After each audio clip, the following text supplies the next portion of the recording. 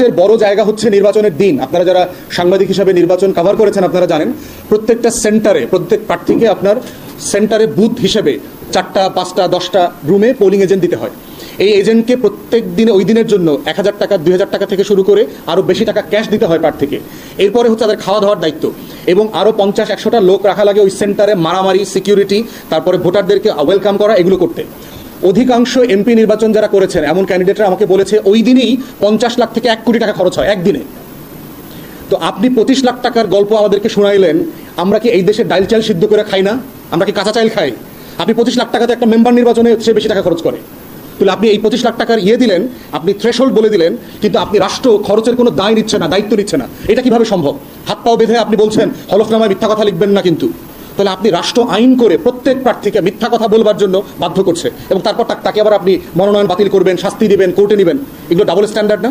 এটা তো সংস্কারের নির্বাচন কমিশন হইল না। আনসার থাকবে, পোলিং এজেন্ট থাকবে, সরকারি কর্মকর্তা কর্মচারীরা স্কুলে থাকবে, তাদের তো আর সরকার খাওয়া দাওয়ার ব্যবস্থা করবে, তাদের তো ওই দিনকার সরকার একটা ভাতা দেয় ওই দিনকার দায়িত্ব পালন করবার জন্য। তাহলে পোলিং এজেন্টের ভাতাটা দিতে সমস্যাটা কোথায়? পোলিং এজেন্ট যদিও দলীয়, কিন্তু সে তো রাষ্ট্রের দায়িত্ব পালন করছে, সে তো সরকারকে সাহায্য করছে ওখানে গিয়ে। অতএব সেই বাস্তবতাতে আমরা বোধ করছি যে পরিমাণ টাকা দরকার, এটা যদি সরকার দায়িত্ব নিয়ে করে, আইন শৃঙ্খলা বাহিনী কাজ কমে যাবে, ভায়োলেন্স কমে যাবে, সহিংসতা কমে যাবে, কালো টাকার ছড়াছড়ি কমে যাবে, এবং এর মাধ্যমে আপনাদের যেটা হবে একটা স্বচ্ছ ভালো নির্বাচন আমরা দেখতে পাবো। এবং এটার মধ্যে দিয়েই হচ্ছে ভালো রাজনীতি তৈরি হবে, ভালো রাজনীতিবিদ তৈরি হবে। সৎ মানুষ, ভালো রাজনৈতিক নেতাদের টাকা থাকে না। অতএব ভালো রাজনীতিবিদ এই জাতি চায়, কিন্তু স্বচ্ছ রাজনীতিবিদ তৈরির কোনো দায়িত্ব এই রাষ্ট্র নেবে না। এটা তো ডাবল স্ট্যান্ডার্ড হয়ে গেল। পৃথিবীর বহু দেশে আপনার ভালো রাজনীতি তৈরি করবার জন্য রাষ্ট্র ফান্ড করে, পলিটিক্যাল পার্টিকে, নির্বাচনকে ফান্ড করে, ইলেকশনের কস্ট বিয়ার করে, কিন্তু সেটা আমরা এখানে দেখতে পাচ্ছি না। কিন্তু সংস্কারের যে একটা গণঅভ্যুত্থান পরবর্তী যে আকাঙ্ক্ষা, সেই আকাঙ্ক্ষাগুলো আমরা এখানে দেখতে পাই নাই।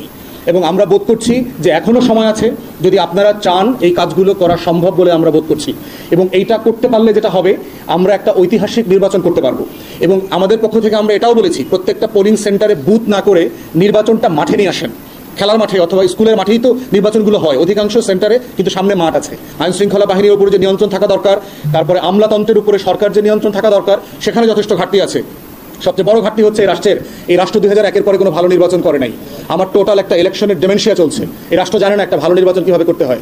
সে 8-এ একটা ইলেকশন ইঞ্জিনিয়ারিং করেছে দিল্লির সাথে, 111-এর কুশীলবরা মিলে, 14-তে একতরফা করেছে, 18-তে রাতের বেলা করেছে, 24-এ ডামি নির্বাচন করেছে। অতএব গত 24 বছরে আমরা কোনো ভালো নির্বাচন করি নাই। ভালো নির্বাচন করেছে এমন কর্মকর্তারাও নির্বাচন কমিশনে এখন চাকরিতে নাই, রেগুলার পোস্টের মধ্যে দিয়ে ওদের রিটায়ারমেন্ট হয়ে গেছে। যারা করাপ্ট প্র্যাকটিস করেছেন গত 20-22 বছর, এই করাপ্ট অফিসারদের কি আপনি ভালো নির্বাচন করাইতে পারবেন কিনা, এই ব্যাপারেও কিন্তু যথেষ্ট সন্দেহ অবকাশ আছে।